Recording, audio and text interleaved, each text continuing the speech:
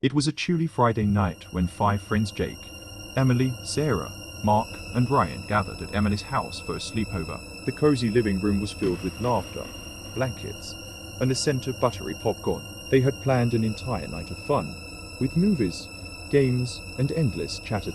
As the clock struck midnight, the group decided it was time for a late-night snack.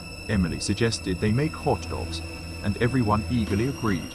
They boiled 6 hot dogs, one for each person, and returned to the living room with their plates.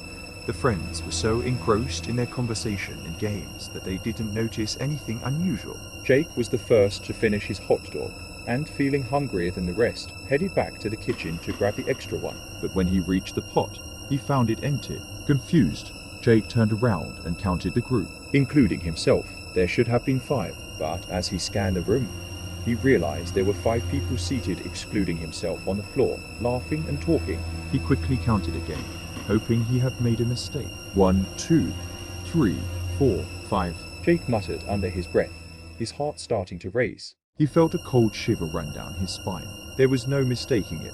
There were only 5 friends in the room. So who had eaten the 6th hot dog? "Who the hell are you?" Jake shouted, pointing to the corner of the room where a shadowy figure sat, just out of the light's reach. Everyone froze, their eyes darting to where Jake was pointing. The laughter died, replaced by an eerie silence. Emily, Sarah, Mark, and Ryan slowly turned their heads, their faces pale and eyes wide with fear. In the dim light, they saw a figure sitting cross-legged, its face obscured by darkness.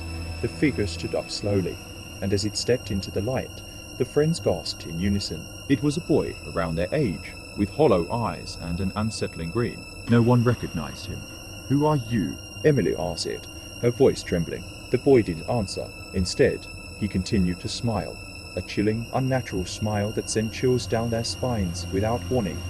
The lights flickered and went out, plunging the room into darkness. Panic set in, and the friends scrambled to find their phones and turn on the flashlights. When the lights came back on, the boy was gone.